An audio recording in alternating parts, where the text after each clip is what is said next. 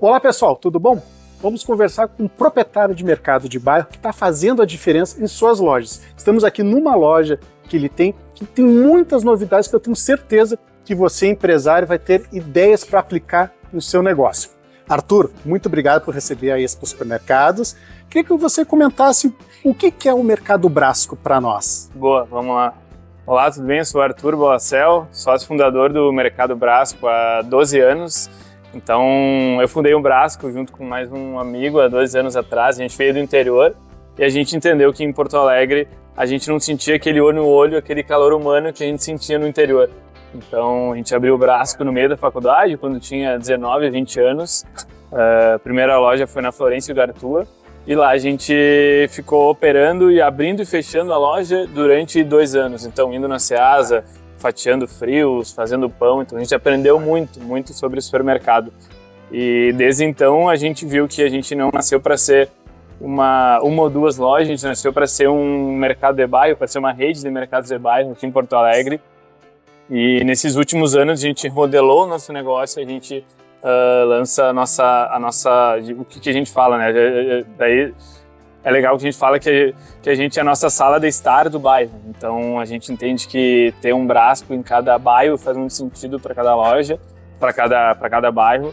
Então, antes de abrir qualquer loja, a gente faz pesquisas, a gente usa o nosso CRM, que é o nosso Brasco Mais, para lançar esse modelo de loja. Então, cada loja do Brasco é única e cada loja é pensada para o bairro, para o cliente, para o vizinho, para que a gente consiga entrar nos gaps do bairro e para entender exatamente o que o bairro necessita. E muitos empresários que estão te escutando, eles se perguntam como que você tomou uma decisão, com essas informações que você tem, de fazer determinada loja em cada bairro. Porque o que acontece? Muitas vezes você coloca e traça um plano e na hora de executar vai descobrindo coisas. Sim. Como é que vocês tomam essas decisões pós abertura de um novo ponto? Sim. Acho que é legal falar que antes de qualquer abertura a gente usa muitos dados, então é muito relevante primeiro ter um CRM, entender bem o que o vizinho, que o bairro necessita. Então, o nosso Brasco Mais, que é o nosso CRM, tem 53 mil cadastros, então se abrir cada loja a gente consulta essas pessoas, né?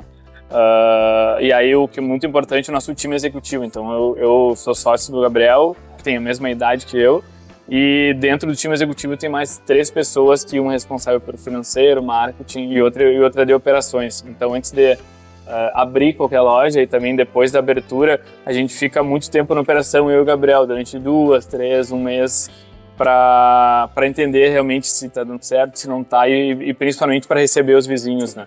Então, depois que a gente abre a loja, também tem muita pesquisa, tem muito contato com o cliente direto, tem muito contato com o funcionário também. Porque a gente cresceu no Brasco com a barriga no balcão, né? Então faz muito sentido também ficar no caixa depois que a gente abre a loja, ficar na operação, para realmente sentir que se a loja deu certo ou não deu certo. E acho que na primeira semana a gente já tem esse dado, essa informação, né? Já consegue sentir se a loja vai bombar ou não vai bombar. Quando você conversa com os clientes e também fala com os funcionários, porque os funcionários também têm um papel fundamental nessa estratégia de expansão e também dentro da loja de melhorias. Sim. Ouvir a observação, ouvir a sugestão do cliente, do funcionário, até a execução, passa-se quanto tempo assim de análise, de até levantamento de custos, porque cada tipo de atitude tem um envolvimento de você pensar, poxa, será que vale a pena eu investir nisso ou não?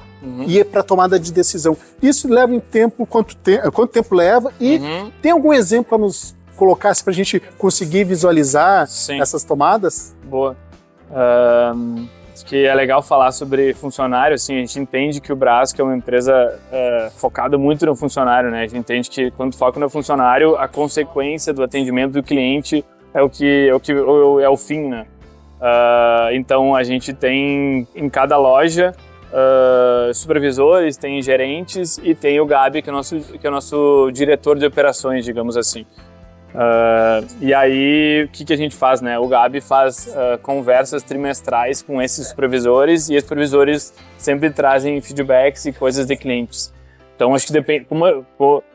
pergunta sobre prazo, né? Como a gente é uma empresa pequena, atualmente a gente tem 5 lojas e tem 100 funcionários, né? Então é uma empresa leve, digamos assim. Então tem ações que a gente consegue implementar de um dia para o outro e tem ações que demandam um sistema, demandam outra coisa que demoram mais tempo, né? Então o nosso programa de fidelidade, a gente demorou 1 ano e meio para lançar, porque requeria estudos de mercado, entender referência, entender qual é o sistema, se fazia sentido para o nosso frente de caixa ou não. Então, ações como lançamento num produto demoram 1 mês, porque a gente tem que desenvolver o fornecedor, mas comprar um novo produto que um cliente pediu na semana passada, a gente consegue botar em 2, 3 dias, porque quem aprova é eu ou o Gabriel, então a gente está direto no escritório, né? Então, nosso escritório é aqui do lado, a gente tem 20 pessoas trabalhando nele, então dá muita agilidade para tomar a decisão. Faltou um produto, tá, fala com o fornecedor direto e já vê se não consegue entregar semana que vem ou até amanhã. Então depende muito da ação, mas por ser uma empresa leve, a gente consegue entregar rápido os resultados. Falando em fornecedor, bom, falamos do cliente, que é o principal, falamos do funcionário, que também é um fator importantíssimo, e a questão do fornecedor. Queria que você comentasse assim, como é que foi lá quando vocês tinham 19 anos, abriram o negócio, a relação de vocês com o fornecedor e a relação com o fornecedor hoje. Porque muitas vezes quem está nos assistindo está abrindo seu primeiro negócio, é que nem vocês, na época que vocês tomaram a decisão, mas o fornecedor não conhece, ou até mesmo o empresário não tem informações o suficiente para passar para esse fornecedor. Sim. Como é que você vê que é colaborativo o fornecedor estar junto nesse trabalho de mercado? Bom, cara, acho que a pauta, o fornecedor é um dos principais pilares nossos, né? A gente tem a nossa principal ecobag, que é essa técnica atrás, que valoriza quem está perto de ti. Então, a gente, desde o início, a gente criou o Brasco para ser diferente em produto e ser diferente em experiência, né? Então, a forma que a gente consegue fazer diferente em produto é fazendo curadoria de produtos. Então, desde o início, a gente procurou desenvolver fornecedores, ajudar fornecedores e ter produtos exclusivos que só o Brasco tem. Então, desde o início, eu e o Gabriel, a gente começou o projeto que é Valoriza Quem Está Perto de Ti, onde a gente vai nos fornecedores, conta a história, viaja, assim. Então, a gente foi há 10 anos atrás em Ivoti, para pegar referência, para ver o melhor waffle que a gente tem, que hoje é o Stroopel Waffle, que é o que a gente vende. Então, a forma que a gente faz isso, e a forma que eu acho que deveria ser feito é falar com os fornecedores, entender a história do fornecedor, entender o que ele faz, por que ele vende esse produto, e para chegar num auge, assim, que eu acho que a gente conseguiu fazer é desenvolver marca própria. Então, a gente entende que o Brasco faz diferente por ter produtos marca própria, né? Então, a gente tem cerveja marca própria, que é a Gira, a gente tem o vinho, o Portinho, quem desenvolveu com a Luiz Argenta, tem café, tem lasanha, doce de leite, tem vários itens diferentes. E a forma que eu consigo enxergar isso, fazendo que as pessoas voltem a comprar no Brasco, voltam pela experiência e voltam para comprar o Portinho, que é o vinho do Brasco, que só tem no Brasco. Então, eu quero que as pessoas voltem no Brasco pela experiência e voltem para comprar os itens específicos, né? Então, acho que fornecedor é um baita de um pilar que eu acho interessante as pessoas desenvolverem. E quem está começando, acho que é legal buscar, mesmo sendo no interior ou cidades pequenas, buscar fornecedores locais que só vendem aqueles produtos e eles conseguem entregar para ti exatamente esse produto. Porque quando pega um fornecedor muito grande, tu é mais um ali, é muito difícil fazer a diferença, mas tu pega uma senhora que produz a bolacha recheada lá, que vai te entregar todos os dias fresquinho, aí tu consegue entregar valor e qualidade pro cliente final. Vou perguntar agora sobre estratégia de marca própria.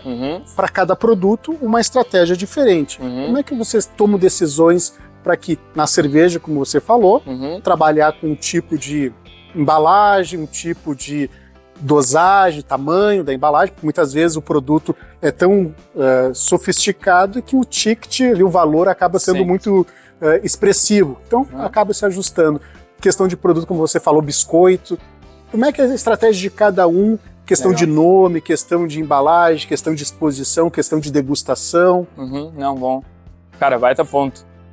A gente, como Brasco, assim, o que a gente faz, né? De novo, pega os dados, pega o CRM, pega o Brasco Mais e a gente olha a curva ABC de vendas. Então, a gente para lançar o vinho, que foi o penúltimo lançamento nosso.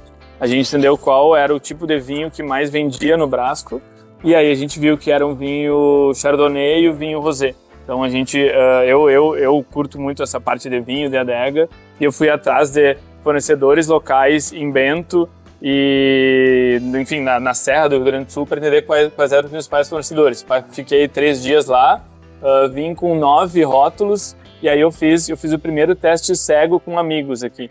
Então lá em casa a gente experimentou 9 rótulos e fez a pontuação. Então teve 3 rótulos que ganharam a maior pontuação.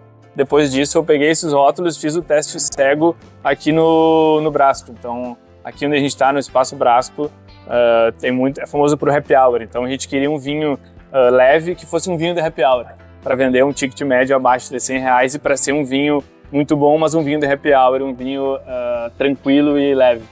E aí a gente fez o teste cego aqui e aí ganhou um rótulo. E aí foi o rótulo da Luiz Argenta, que a gente desenvolveu com eles esse rótulo. E aí como chega no nome e na embalagem, né?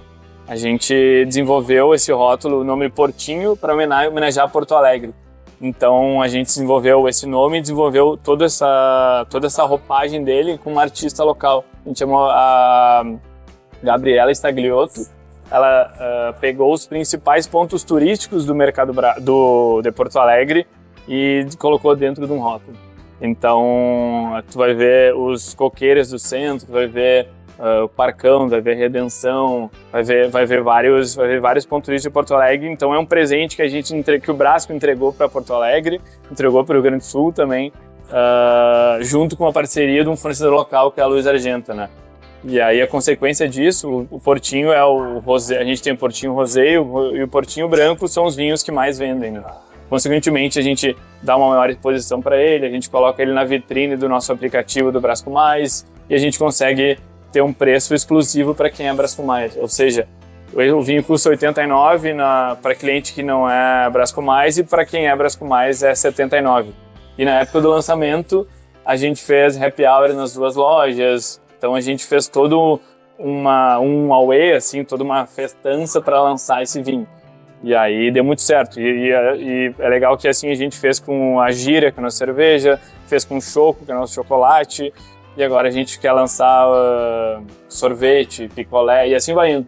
Então a gente pega a curva ABC e desenvolve os principais fornecedores. E o interessante é que essa estratégia de trabalhar com marca própria é que é um produto exclusivo que só encontra no teu estabelecimento, fazendo com que você utilize toda a estratégia de preço, de exposição e tudo mais. Fantástico isso. Exatamente. E financeiramente dá retorno, porque muitas vezes você que está colocando toda a tua energia ali, de tempo, dinheiro, ao contrário de um produto de marca tradicional, circular. Isso você vê que é mais lucrativo para a empresa ter o produto exclusivo, onde a pessoa só vai encontrar aqui ou não? No nosso caso é mais lucrativo porque como a gente desenvolve uma marca que a pessoa não conhece, tipo o Portinho não conhece, então tu consegue precificar ele com um preço maior. Então a gente agrega valor com o rótulo e agrega valor com a qualidade do produto. Então no nosso caso sim, a margem é maior comparado a um vinho de prateleira que a gente já tem, enfim, que as outras redes também vendem. Então é vantajoso financeiramente também. Isso. Agora uma dúvida, que não sei se você já passou por isso, tem a marca própria, estabelecer um relacionamento com o seu consumidor com sabor. A questão do vinho, tem a questão do pão, a questão dos outros produtos que vocês têm marca própria. No momento que esse fornecedor, por algum motivo, não consiga mais entregar, vocês vão ter que ir atrás de outro fornecedor, que dificilmente vai conseguir combinar o mesmo sabor. Como é que funciona? Você manteria a mesma marca, o mesmo nome, ou criaria um novo rótulo para esse novo fornecedor? Cara, bom ponto. Acabou de acontecer isso, mês retrasado, nosso fornecedor de sopas e de comidas congeladas, lasanhas, panquecas, ela morava em Porto Alegre e aí ela ia se mudar de Porto Alegre. E aí o que a gente fez? Ela deu um prazo pra gente e aí a gente foi atrás, porque primeiro, era importante desenvolver linha de comida congelada pelo produto do Brasco, pelo cliente do Brasco. Então, o que a gente fez? Remodelou esse produto e remodelou a embalagem principalmente. Então, a embalagem das lasanhas congeladas antigamente era mais antiga e agora a gente pegou um fornecedor novo, criou produtos novos também, então tem 3 tipos de lasanha e a forma que a gente fez isso foi melhorando o produto e principalmente melhorando a embalagem. No caso da lasanha, é a lasanha congelada do Brasco, né? Então a embalagem é totalmente diferente comparado ao que era antes. Mas nesse nosso caso a gente se empenhou e também deu sorte de conseguir um fornecedor muito melhor e uma embalagem muito melhor. A gente não teve nenhum caso de um produto que não um produto que a gente não conseguiu substituir por outro melhor, por uma embalagem melhor. Ótimo. Aqui nessa loja vocês vão observar que vocês trabalham autosserviço, mas tem muito atendimento, tem os atendentes aqui se envolvendo. Como é que foi essa transição? Porque hoje no varejo o autosserviço é o que se sustenta, a questão dos preços. Como é que vocês fazem o cálculo dessa mão de obra? Tem que ser uma mão de obra qualificada, que entenda toda essa cultura da empresa. Como é que se treina essa turma e como é que se faz eles ajudarem a ser um vendedor dentro da loja? Acho que um pouco diferente das outras lojas para o mercado, a gente quer que o atendimento também... Eu acho que o atendimento é uma coisa clichê já para o varejo, mas eu entendo que a gente quer ter esse atendimento diferente de saber o nome, de oferecer o Brasco Mais, oferecer o Portinho, oferecer a gira. A forma que a gente faz isso é principalmente contratando as pessoas pela cultura e não pelo currículo. Então, a gente contrata via Instagram, então a gente lança as vagas lá e tem muito encaminhamento, né? Então, quando se encaminha muito post no Instagram, é um baita do indicador de engajamento. Então, as pessoas que vêm trabalhar com a gente ou que se candidatam, elas já conhecem essa história do Brasco e já curtem a marca. Então, quando isso acontece, é muito mais fácil de tu implementar um processo, de colocar preço, de passar no caixa, essas coisas mais padrões. Então, eu tenho uma máxima que é contrate devagar e demita rápido, né? Então, a gente implementa isso no Brasco, a gente entende, enfim, embora tendo gente mais jovem, isso com certeza tem a gente também tem uma alta rotatividade, né? Acho que é geral do varejo. A forma que a gente faz isso é criando um ambiente de trabalho legal para as pessoas trabalharem, a gente tendo eventos no final do ano, a gente fecha as lojas e vai também curtir esse momento numa noite, fazendo treinamento, dando metas para cadastro do Brasco Mais, metas de venda, e acho que principalmente é o feedback, né? A gente tem feedback trimestral com os funcionários e a gente entende que as pessoas geralmente não são ouvidas, assim, escutadas com os seus líderes, né? Então, quando tu sendo do lado uma pessoa que fica conversando com uma hora e pergunta como é que tá a tua casa, como é que tá tua mãe, como é que tá teu filho, a gente entende que tem esse retorno. Então, a gente consegue ter essa qualidade de atendimento, essa galera jovem, muito pela nossa cultura e pela atenção plena que a gente dá para as pessoas no dia a dia. E o atendimento é uma consequência. Então, se a pessoa está se sentindo bem trabalhando no Brasco e ela não precisa vestir uma carapuça, não precisa vestir um avental, digamos assim, para trabalhar, ela atende no caixa como exatamente ela é no dia a dia. Então isso se torna muito mais leve e mais fluido assim, o atendimento.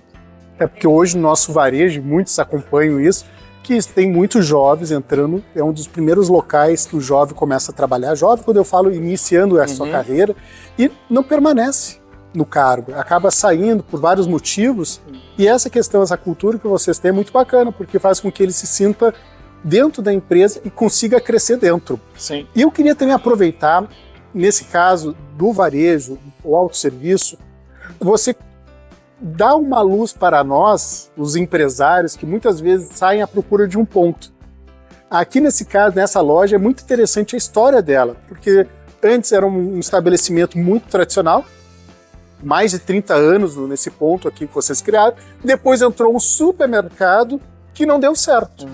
E teve a dificuldade, imagino, né, queria que tu compartilhasse isso, de se reposicionar dentro. Porque muitos que nos assistem hoje, eles estão pensando em abrir um ponto... estão pensando em abrir dentro de um ponto antigo, que muitas vezes ali a comunidade, por algum motivo, parou de ser visitado. Sim. E entrar. É necessário o que fazer para que seja bem aceito? Sim, legal. Acho que o ponto, acho que todo mundo já sabe, né? Mas é legal reforçar, o ponto no varejo é o principal questão específica. Tem que olhar e gastar muito tempo pesquisando o ponto, entendendo o fluxo, a forma que a gente faz, né? Eu e o Gabriel, a gente recebe sim bastante demanda para abrir novos Brascos, principalmente nesse modelo que é um modelo que é totalmente encaixado, né? Tu vai com o modelo pronto, onde tu atende do café da manhã até o happy hour da noite. Então, a forma que a gente trabalha, né? A gente entendeu que o Brasco fazia sentido para esse bairro, pela cultura, pelos seus clientes já tinham pedido um Brasco aqui.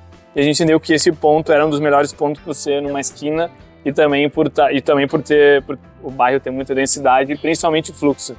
Para o nosso negócio é principal ter fluxo dentro do enfim, onde circulam as pessoas. E a forma que a gente faz isso eu não vejo uma outra forma além de ficar na frente do ponto, contando a gente faz exatamente, pega um caderninho e aí o Gabriel a gente fica, eu fico de manhã, ele fica de tarde. Então a gente conta quantas mulheres passaram, quantos homens passaram, quantos adolescentes passaram, e anota no caderninho. E aí no final do dia a gente conversa e entende, tá, então esse bairro passa mais jovens, então vamos colocar o Oats, que é uma comida mexicana, que tem tacos, tem burritos, e conversa com essa gente. Então tem idosos. Então idosos não adianta ter mesa alta que as pessoas não gostam de sentar. Então tem que ser mesas confortáveis, por isso essa linha de estar também. Então tudo começa com essa pesquisa e tudo começa também falando com as pessoas, né? Na época a gente falou com 60 pessoas, desde adolescentes, jovens, adultos e senhores e senhoras do bairro. Com isso a gente vai desenvolvendo, vai criando dados para lançar a loja. E depois a gente pegou o ponto, a gente foi estudar a nível mundo para ver o que o mundo estava oferecendo. Foi para Nova York, entendeu as tendências, foi para Curitiba, São Paulo, pegou referências e abriu esse modelo que até então era único, né? Que é um food hall onde tu oferece coworking, oferece café da manhã, sorvete, lanche da tarde e até o happy hour no final da noite. Então acho que se é para gastar tempo em alguma coisa, escolher o ponto, principalmente ficar no dia a dia no ponto, contar quantas pessoas passam por ali e conversar com o máximo de pessoas possíveis, né? E o que a gente gosta de fazer é conversar com amigos que têm negócio ao redor ou para explicar o modelo do negócio. E aí tu vai conversando e vai surgindo novas ideias, vai surgindo muitas perguntas. Então eu atribuo muito ao sucesso desse negócio com isso, e também principalmente tu criar ter um DRE do negócio, né? Que tu sabendo quantas pessoas passam, tu sabe quanto tu vende, qual é o ticket médio, ou seja, quanto a pessoa gasta no caixa. Então isso tu consegue projetar, tá? Então se passam 500 pessoas a cada 3 horas, eu sei que eu vou pegar 10% da taxa de conversão e vou transformar isso em, sei lá, 100, 200 mil, 300 mil no faturamento no mês.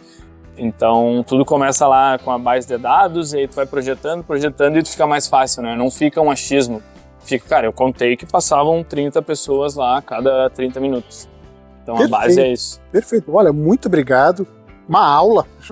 Eu sei que a gente no varejo está sempre aprendendo e fico muito feliz que esse nosso bate-papo vai contribuir para esses empresários jovens, que nem vocês, que iniciaram e que estão crescendo e que tem muito mais para crescer. Muito obrigado, Arthur. Bom, obrigado. Eu que agradeço. Obrigadão.